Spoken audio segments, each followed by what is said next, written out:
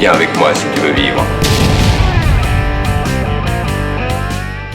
Bonjour tout le monde, bienvenue pour cette troisième et dernière rétrospective de Bruce Willis. Avant d'attaquer les prochains films qui arrivent, notamment au niveau de l'année 2006, petite parenthèse par rapport à Guillaume qui a oublié de parler de quelque chose de très important concernant Bruce Willis. On a attaqué directement avec Piège de cristal, mais il était déjà connu pour une série qui s'appelait Clair de Lune. Et alors ça, les gens qui ont vu ça, c'était quand même une petite série drôle, il faisait un privé dedans, c'était très sympa. Je sais pas combien de séries il y a, moi je dois avoir une saison ou deux, moi. Mais je sais que c'est hors de prix maintenant, si on veut choper les coffrets, il y a des coffrets à 80 €, à 100 €. Ah ouais, Ouais, je sais pas pourquoi. Est-ce que c'est parce qu'ils ont eu des problèmes de réédition ou je sais pas quoi. Alors du coup, j'ai jamais pu choper le coffret intégral, ça fait bien chier d'ailleurs. Mais oui, très sympa. Déjà, on pouvait voir les prémices de ce qu'allait devenir Bruce Willis par la suite, parce que dans une série télé, tu peux faire tout ce que tu veux, et c'était vraiment cool. C'était marrant, c'était drôle, il y avait de l'enquête, mais c'était surtout pour déconner, c'était très très bien. J'aimais beaucoup. Voilà, bon, on va revenir. On va revenir à la suite. Voilà, après Sin City, 16 blocs. Voilà. 16 blocs de Richard Donner. Alors Richard Donner, l'arme fatale les gars. Donc, Superman, non? Et Superman, le tout premier Superman le film. Ouais. Donc Richard Donner, ça m'a pas intéressé quand il est sorti, parce que je voulais pas avoir du Bruce Willis dans des rôles où il était complètement désabusé et tout. Mais c'est là l'intérêt du film. En fait, c'est un flic qui est complètement alcoolique. Ils y ont fait prendre des kilos, ils y ont remis des cheveux. Ils y ont fait prendre du poids. Il est tout fatigué, il boite d'une jambe. Tu comprends qu'il a été blessé et tout, que ça a été un flic de choc par le passé, et que là il est massacré le gars. Il n'arrive pas à aller au boulot sans picoler, il picole même pas dans le taf, personne n'a confiance en lui. Donc on s'en sert un peu pour lui faire les basses besognes. Ouais. Et là, il va devoir envoyer un type, il vient de finir la journée, et il va devoir escorter un type pour un procès, 16 blocs de rue plus loin. Et pendant ce temps-là, il y a plein de mecs qui vont vouloir le buter, et il va se rendre compte que c'est ses collègues, que c'est les flics, et que si justement ils lui ont mis ce mec entre les doigts, c'est parce qu'il pense qu'il sera soit facilement achetable, soit qu'il va craquer pour aller boire un coup, et que ce sera super facile pour l'éliminer. Alors pas du tout, il va se mettre vachement bien en travers de leur chemin, et le film est génial. Je l'ai pas vu. Très bon film, moi j'aime beaucoup. Et tu me le prêteras parce que ça m'a envie de le voir celui-là. Ouais. Bon, après, nos voisins, les hommes, voilà, en fait c'est simple. C'est des voix. Voilà, on va aller directement dans alors là on est dans la période où il y a quasiment que du direct ou DVD. Voilà. Donc il y en a peut-être que vous avez aimé, c'est fort probable. Moi je me suis pas infligé d'aller voir tous ces films-là, direct ou DVD, tout ça, là, Sans compromis, Braqueur, tous ces trucs-là, tous les comiques, tous les films obscurs comme ça. Donc on va en laisser, on va en faire péter quelques-uns. Et pourtant il y a au moins 8 films de 2006 à 2007 jusqu'à Die Hard 4, c'est quand même... Ah ouais, mais je sais, il y a Alpha Dog, mais après voilà, c'est pas... Slezine, mais moi... Ça nous intéresse pas, donc là on va passer directement à Die Hard 4, Retour en Enfer. Alors Die Hard 4 avait été plutôt mal reçu par la critique, je crois. Ouais. Non moi j'ai adoré ce film. Bon, j'ai trouvé j'avais bien aimé l'histoire. On retrouvait un peu ces séquences d'action qu'on avait dans les années 90 au niveau des phases assez nerveuses et tout ça. C'est son retour aussi à lui, et je trouve que c'est plutôt bien réussi. Voilà, c'est mon point de vue personnel. Mais honnêtement, moi je le mets quand même en dessous des 3 premiers, mais j'ai passé un très bon moment devant. Voilà. C'était assez sympa. Ouais, c'est pareil. Ouais, moi c'est sûr, comparé aux 3 premiers, ça vraiment...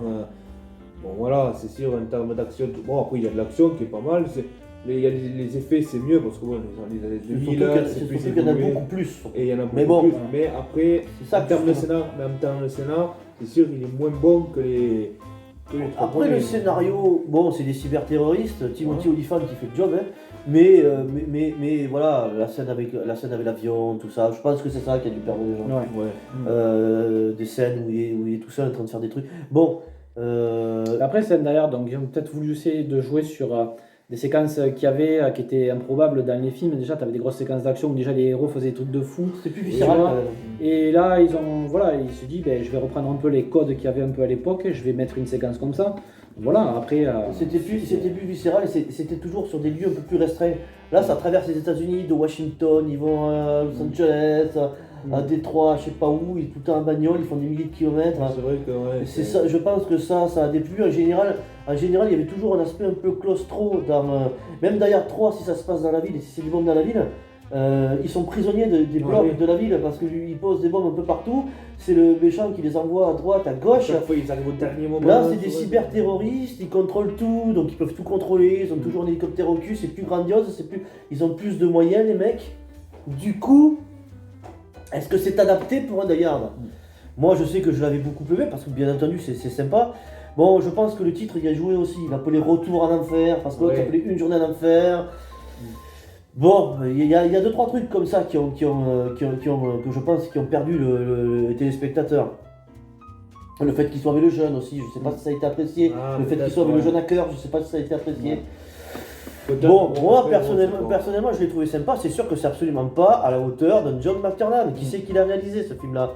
Len Wiseman. Ben non, c'est clairement un réalisateur OSEF. Pour ce genre de film, il te faut prendre du lourd. Ils ont pas fait. Parce que peut-être que la même histoire du film est réalisée par Anthony Scott ou paix à son âme, parce que le pauvre homme s'est suicidé, ou réalisée par un McTiernan ou d'autres acteurs de cette trempe-là, habitués à ce genre de registre, peut-être que ça donnerait autre chose. Voilà. Moi personnellement, bon, quand je rentre les Die Hard, je me le refais avec grand plaisir. Je m'en délecte avec plaisir, sans aucun problème, c'est pas ça. Et il est évident que quand je rentre le 1, le 2 ou le 3, c'est un level. Voilà. Voilà, bon après, Panique à Hollywood, Non. Assassinat d'un président. Non plus. Bon là on va passer en 2009, Clone. Clone qui est un peu plus connu, ouais, quand même. Et, Clone, ouais, bon, Clone, j'en ai un bon, ça fait très longtemps que je l'ai pas vu. Je crois que je l'ai pas vu depuis le jour où il est sorti d'ailleurs. 2009. J'ai souvenir, moi, que ce film-là a fait un four. Je crois qu'il a bidé complet. Moi, j'avais plutôt bien aimé. Cette histoire de société un petit peu. Société cybernétique un peu j'avais trouvé ça un petit peu assez sympa. Je trouve que ça flirtait un petit peu avec la SF. Ah oui, ouais, tout à fait. C'est assez sympa. Je crois pas qu'il mérite le four. Au vu des boosts que je viens de lire au moment où tu es descendu là, il mérite pas un four comme ça le truc. Parce qu'il y a des trucs, attention, il y a des trucs obscurs. Bon là on va passer en 2010, et en 2010, bon, on va pas dire hein, les deux Expendables, le 1 et le 2, parce que dans Voilà. le 3 ils jouent pas.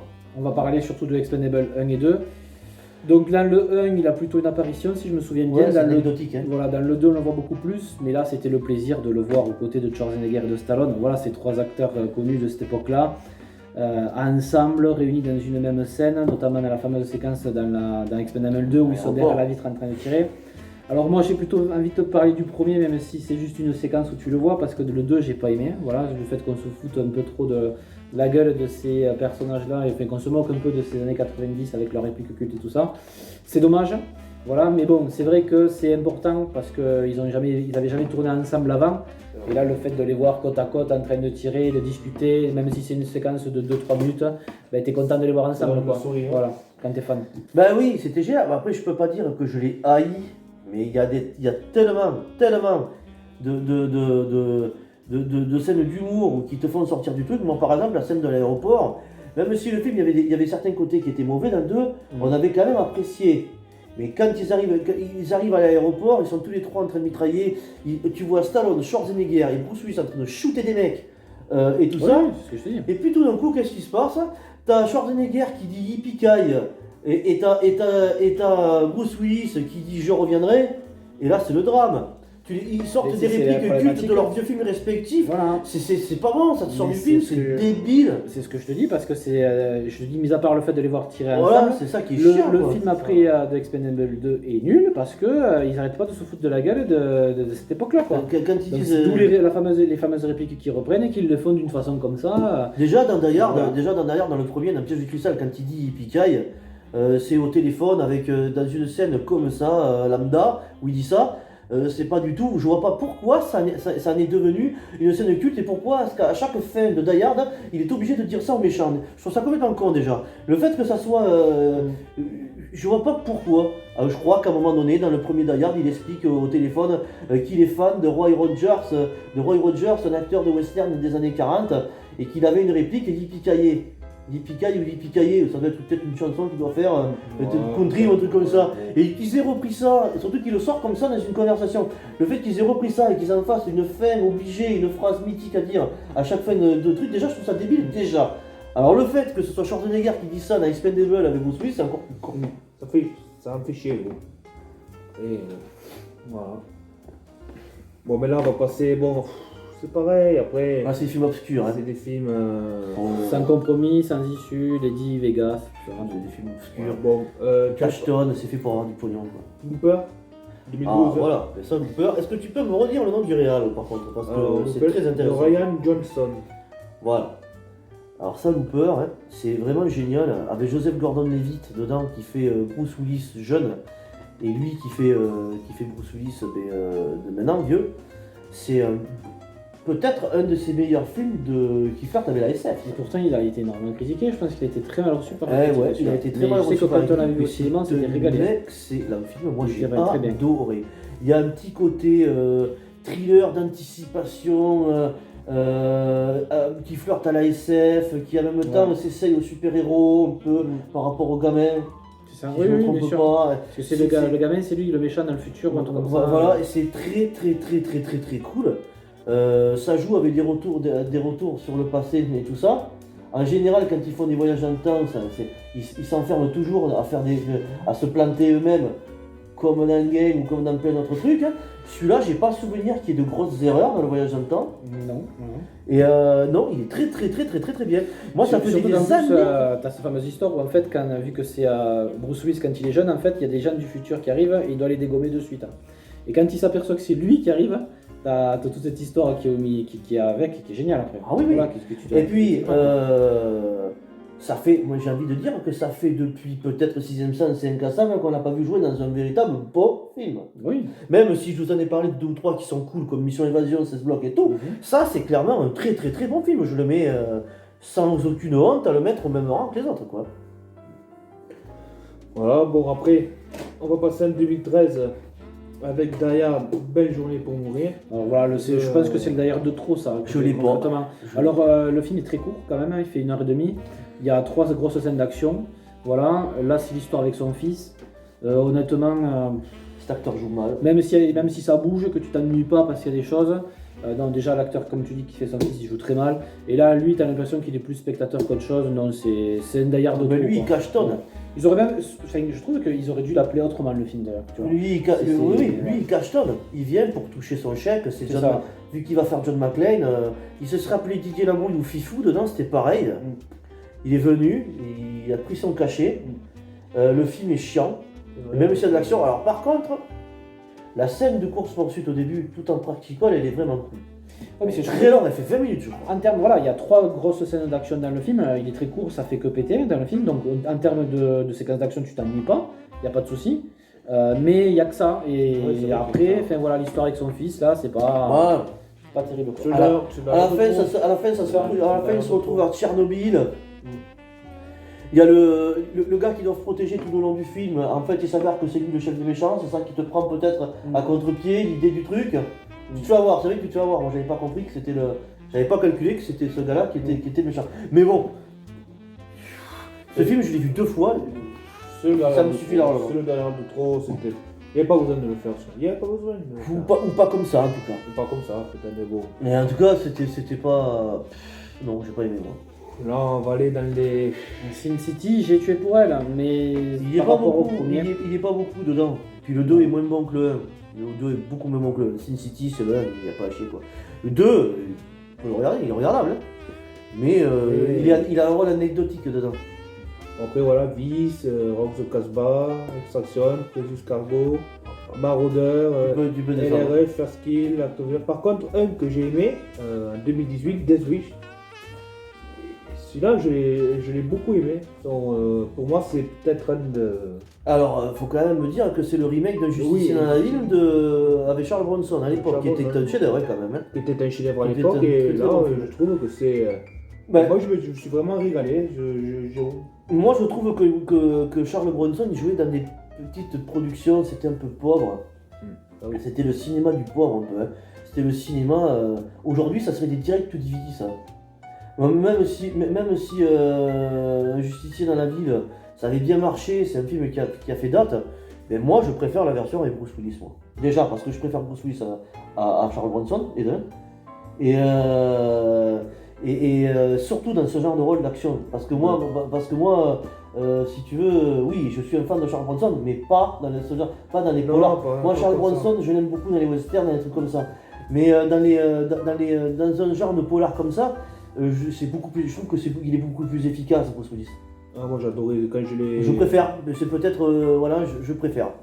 Pas que j'aime pas les vieux films, parce que au contraire, je suis plus fan de vieux films que de films modernes, moi, en général. Ouais, mais là, pour le coup, je trouve que le film est plus nerveux, plus viscéral. Oui, on pourrait presque croire que c'est du Christopher Gans qui réalise le.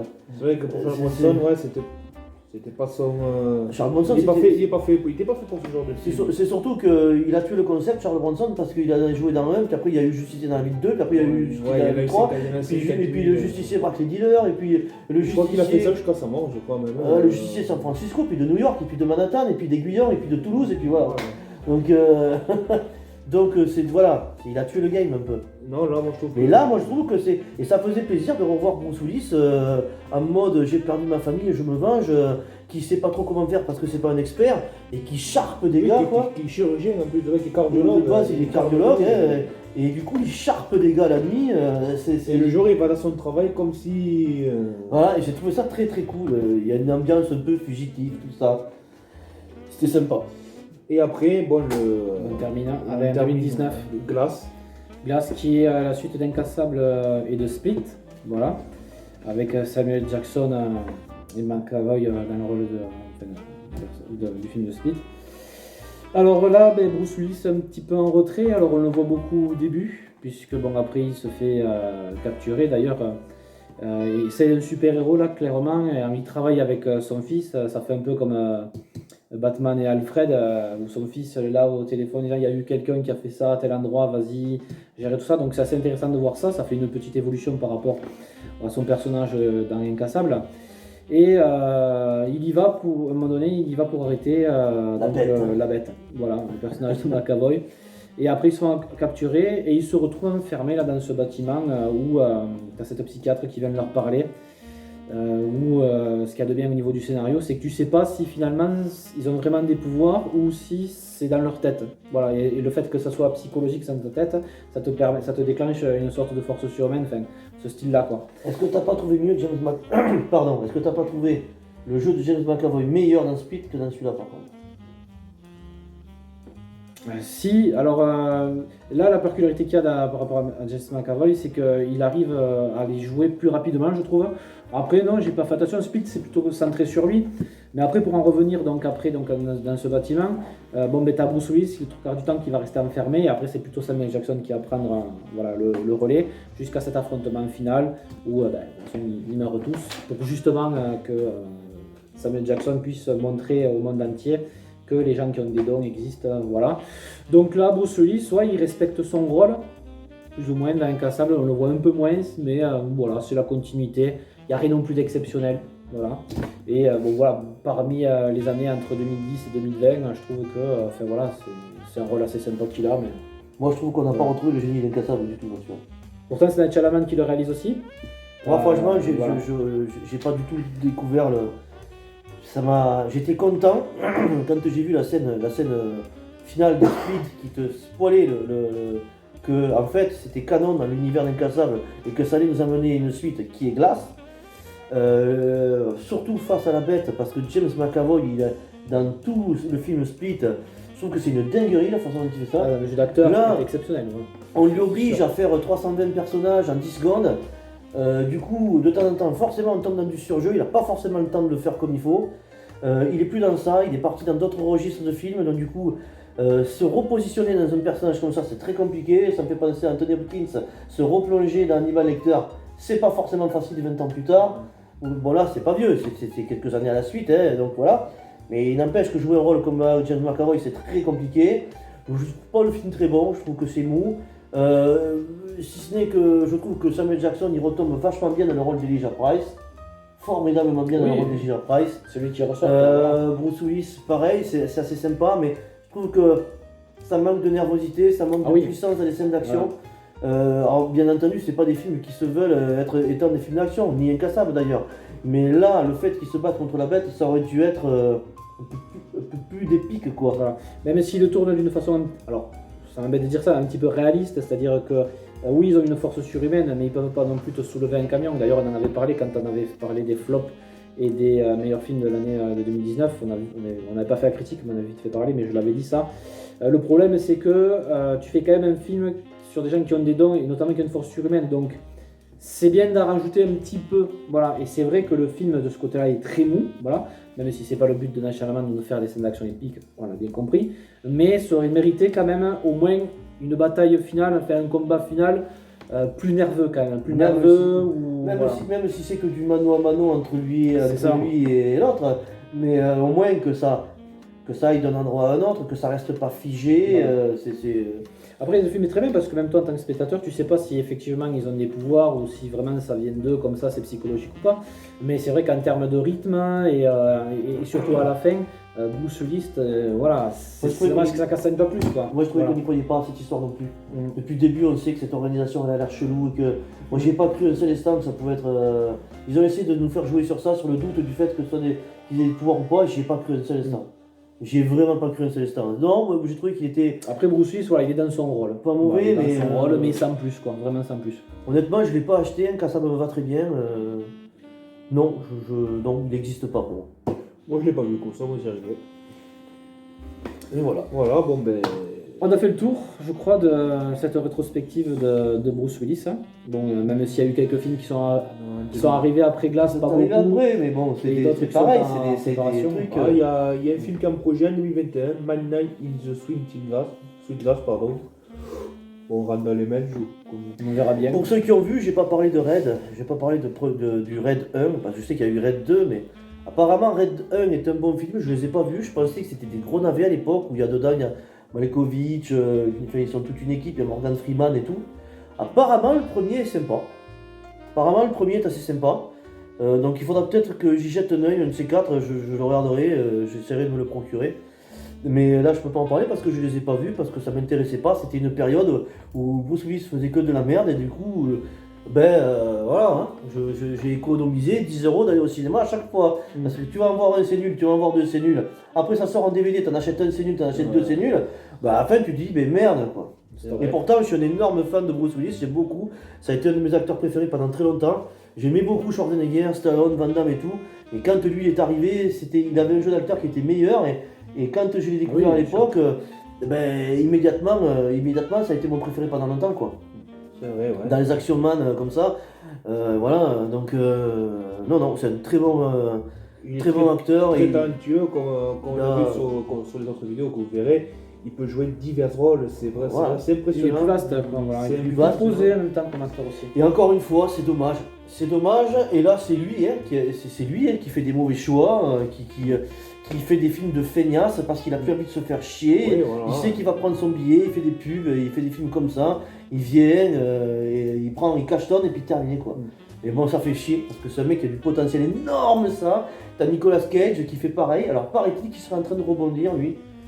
Mais pareil, ça fait peut-être 20 ou 30 films qui valent rien, j'ai pas envie de m'infliger à chaque fois des déceptions quoi. Voilà. Tout ce qu'on pouvait dire sur Bruce. C'est ça. Yippee-ki-yay. N'hésitez pas dans les commentaires à dire toujours pareil si vous êtes d'accord avec nous ou pas, quel est aussi vos films préférés au niveau de Bruce Willis, on échangera volontiers avec vous, il n'y a pas de problème. S'il y en a qu'on n'a pas vu qui sont des chefs-d'œuvre et qu'il faut absolument voir, dites-le. Ouais, dites-le aussi, Et ne ouais. faites pas du trollage, j'ai pas envie de voir des trucs de merde. Ouais. N'hésitez pas à laisser des pouces bleus, à vous abonner à la chaîne si vous aimez ce que nous faisons. Et nous on vous dit à bientôt pour une prochaine vidéo. Ciao tout le monde. Ciao. Hasta la vista, baby.